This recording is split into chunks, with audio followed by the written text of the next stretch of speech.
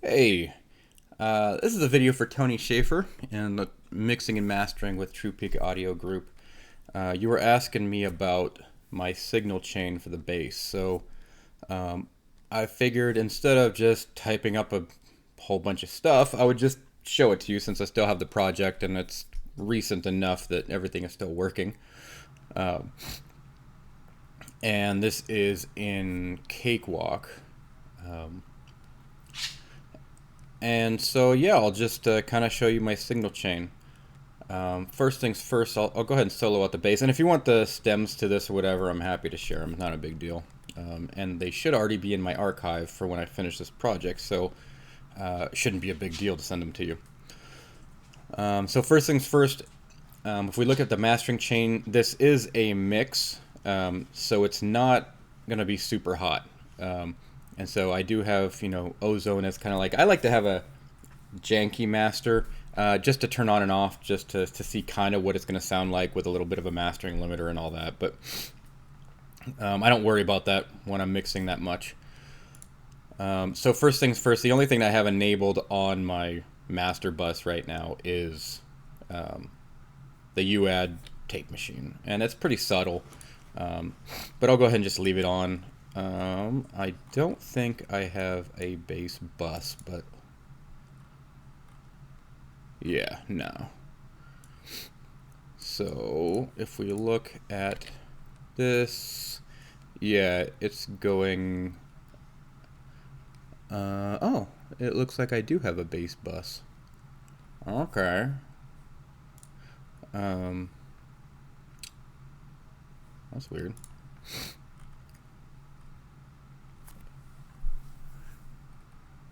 Oh, for some reason I didn't color it. That's why I didn't notice it, because I color everything.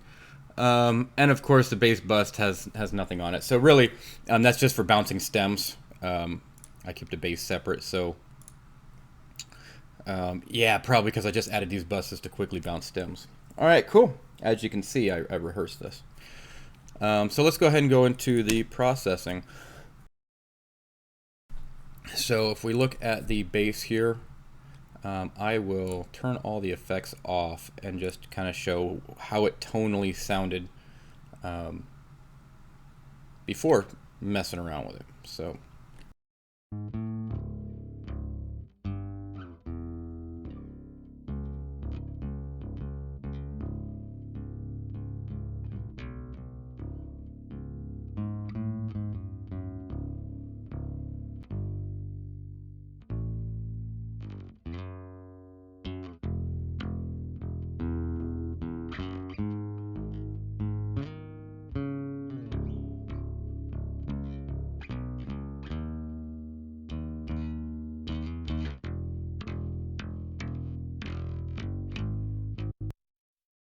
Okay, so first things first, I just realized I lied to you in the post. I thought I had recorded this on the Warwick Alien, which is a fretless, but this is clearly a DI for the Breedlove, which is the 4-string fretted.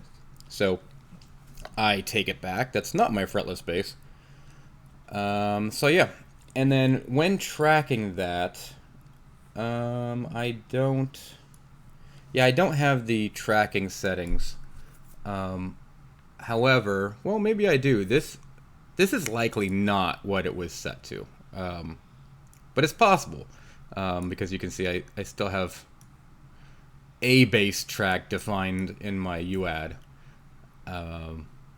but very basic stuff. I mean, this is, I think, the freebie. This isn't even the crazy version of the Ampeg, but it is modeling an SVT nonetheless, and I find that that's a great starting point for bass, especially acoustics. The SVT is pretty tried and true, at least for tracking. I'm not a huge fan of the Ampeg for just general playing, but like I said, it's tried and true for bass tracks. So, and then the inserts here are not recorded; they're just for playback. And really, I just use the back EQ to turn up the treble in the high shelf. Just so I can hear the clicky clackies better when I'm tracking. But again, these aren't actually printed. Only the main plugin is printed. So So yeah, you can see it's pretty clanky. I like having a lot of presence in the bass. I'd rather track with lots of presence and then EQ it back later on, because you can't get something back if you just can it. And then I don't recall. I probably went direct into the Apollo. I don't know if I went into the tube preamp or not. As you can see, I take very formal recall notes. So yeah, let's kind of go over some of the processing. So I'll go ahead and kind of turn everything back on. And here's what it sounds like with all my stuff.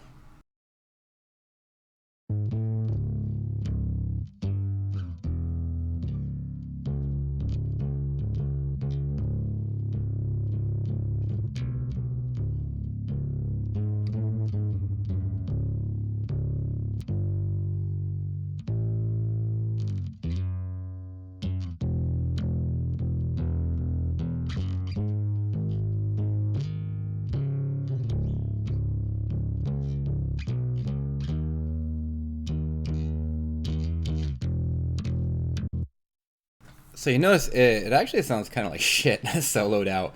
And that's one of the fun things about bass, especially with that overdrive. It kind of sounds a little grindy, but with the entire mix, which I'll go ahead and unsolo it, I think it sits pretty well.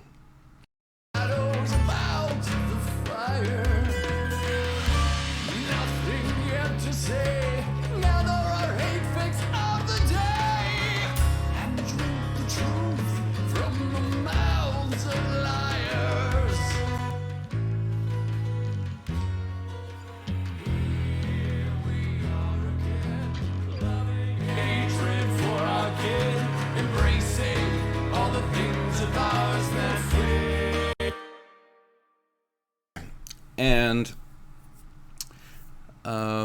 big thing here is how the bass and the djembe are sitting together. So if I find that,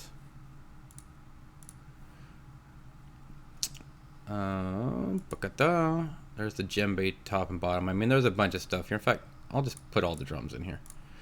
Just drums and bass, you'll see how they kind of play well together. And let me move to a different section so you're not looping the same thing every single time.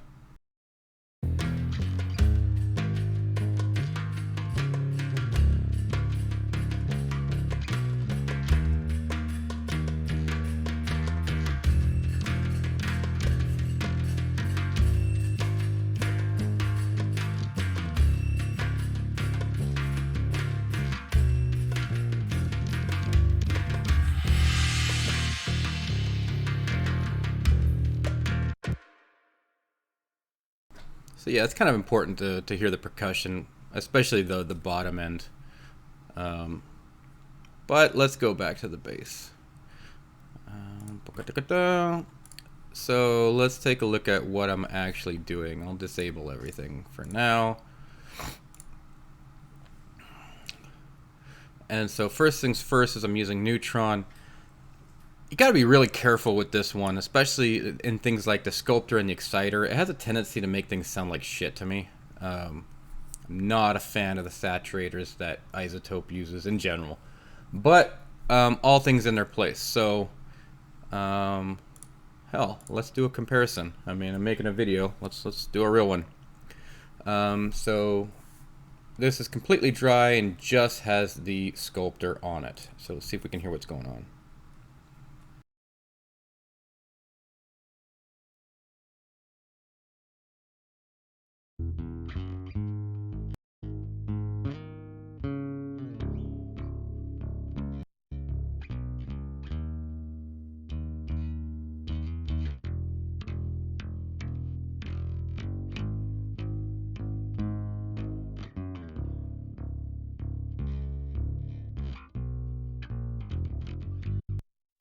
Alright, so there's an obvious low bump there. It actually sounds like it's kind of scooping it a little bit.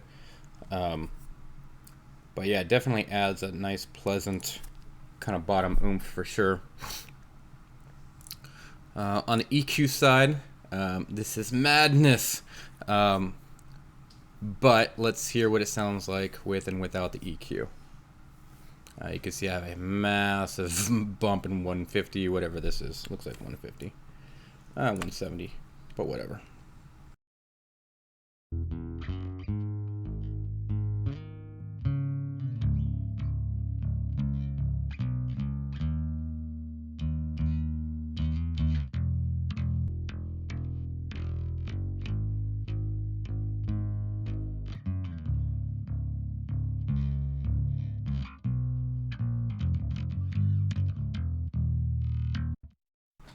I mean, you could probably guess what I'm doing these specific spots for.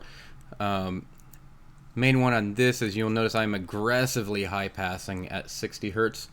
I just don't need that much bottom, and I'd rather have things like the percussion, like the djembe, fill that super low.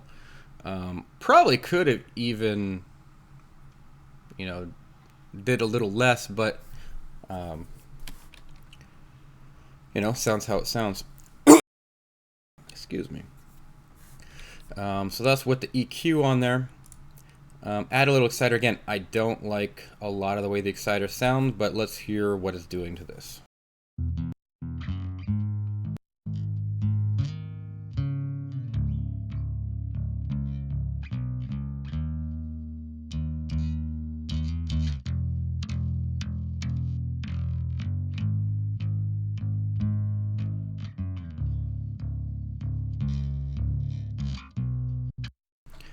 So it's making the top crunchy, so it can cut through the mix. That's the main thing that it sounds like it's doing.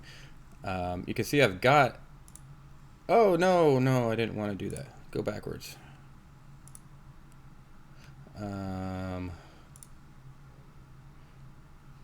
Exciter, yeah, okay, there we go.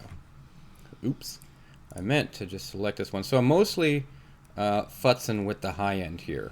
Everything past whatever that is, 4.5, 5K. Not doing. I'm doing barely touching everything in this band, so it's multi-band. And again, I don't really like a lot of the way it sounds. It's mostly just to make the clank come through.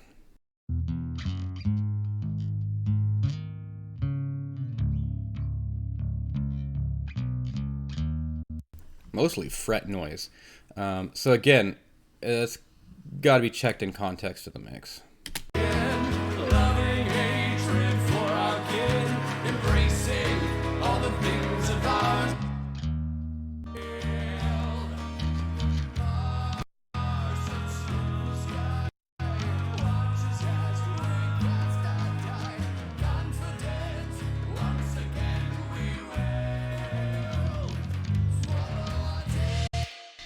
So a couple things. Yeah, I'm changing the mix because it pops whenever I change the model.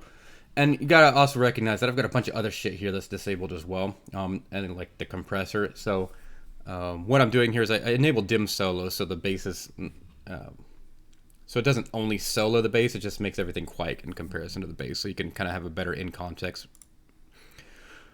So yeah, and I recognize that some of this is gonna be hard to tell why I did it when I'm not enabling the other modules. But I wanted to go through it. So here is the compressor. Let's see what I'm doing here.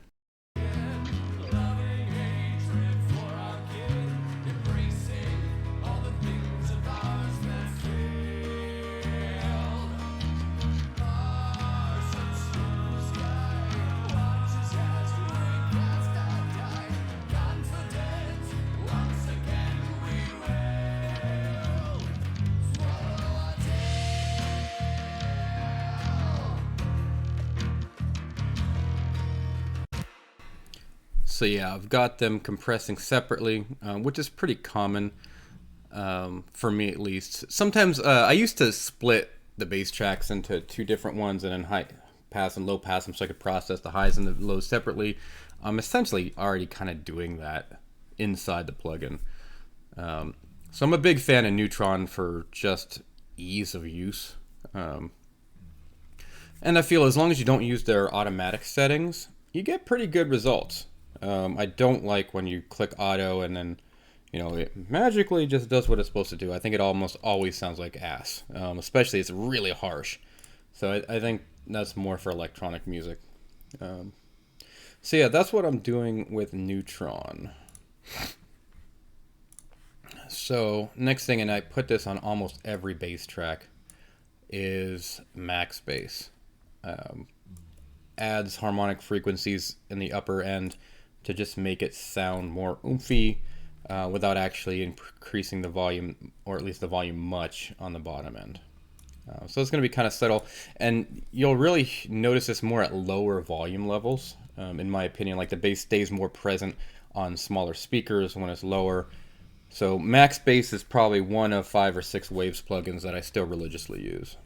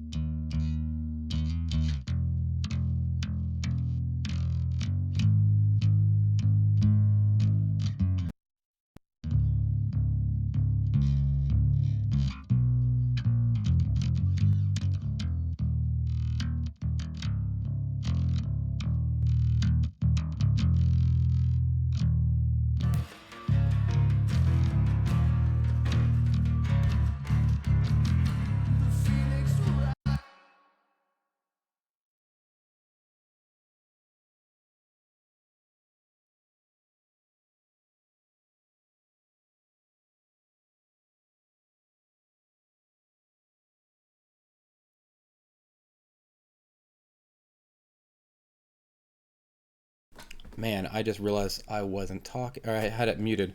So what I was saying on mute is that you've got to be careful with max bass because it is adding harmonics, but it also is increasing the volume level a little bit of certain frequencies. So you don't want to fool yourself into thinking, oh, it sounds so much better when it's just getting a little volume bump.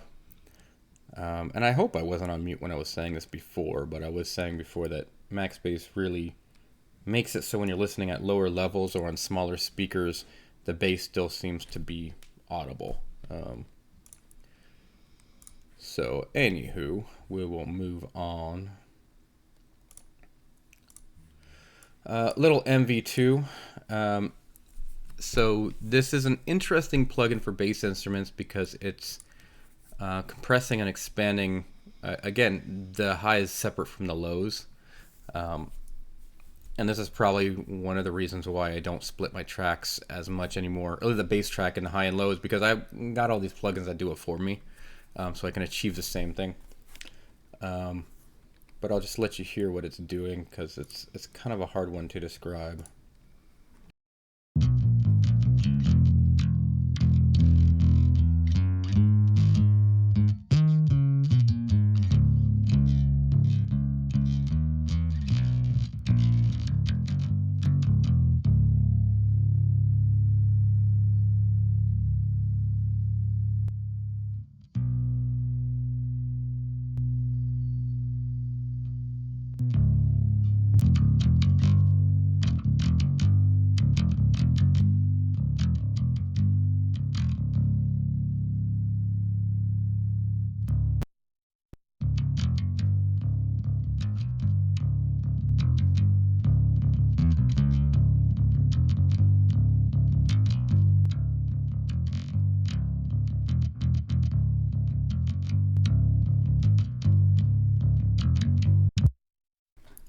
Yeah, so you also notice that sometimes I'll clip in the plugin. I don't really give a shit as long as it still sounds good.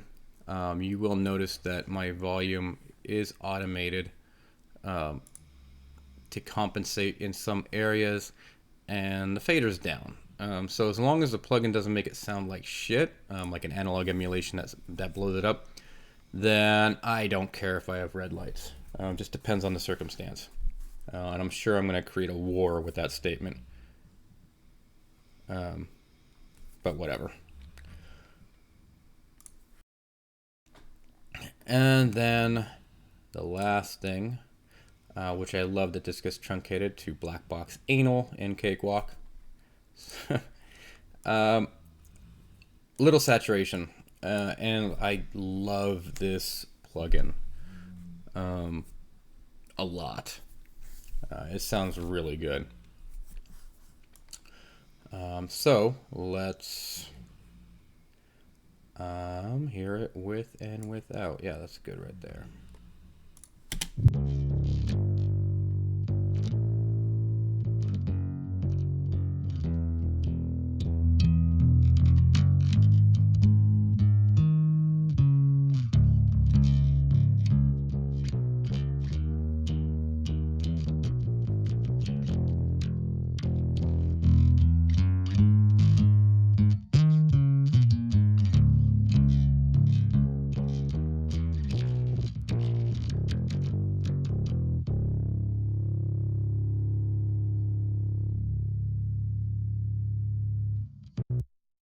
So you notice that that's where a lot of that fuzzy butt is coming from, is how this is being driven. And so in context of the mix, I will turn it on and off.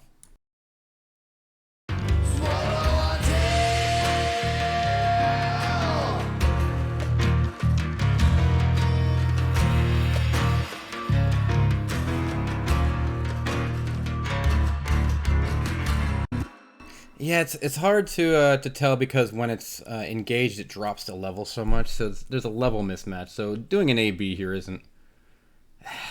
It's hard to do a direct comparison. That's the joy of mixing, is that these things stack, and I am dropping the output quite a bit. Maybe I'll see if I can level match real quick, so we have a better example.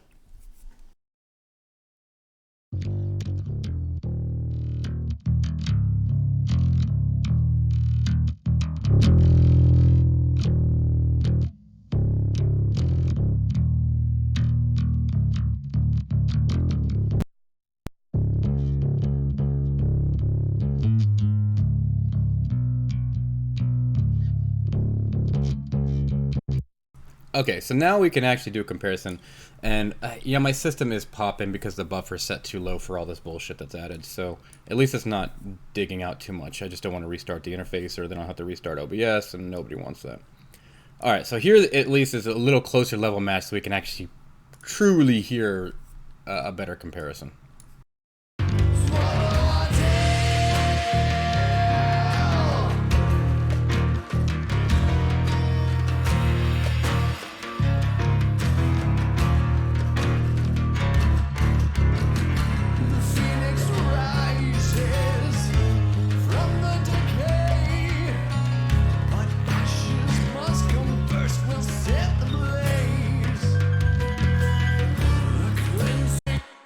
Of course, now that I turned it up, the rest of the mix is meh. So what did I do? -6. Let's drop this by -6. And now maybe the bass won't be blowing up the rest of the mix.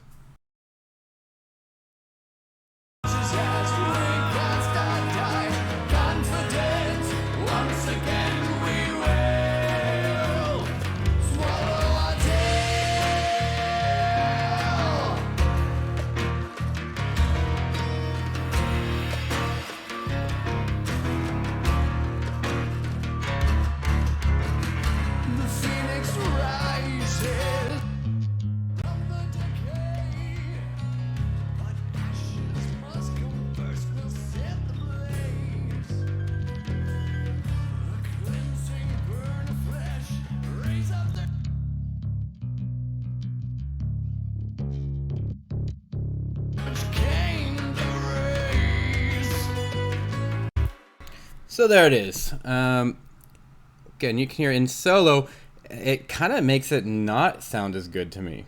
It sounds kind of dirty and blah, but in the context of the mix, I like the way it sounds. So I'm always trying to be conscientious of how it sounds in the mix versus by itself, because it doesn't really fucking matter if it's by itself. It sounds good if it sounds like shit in the mix, and vice versa. So anyway, I hope that is helpful. Let me know if you have any questions. And yeah, all right, peace.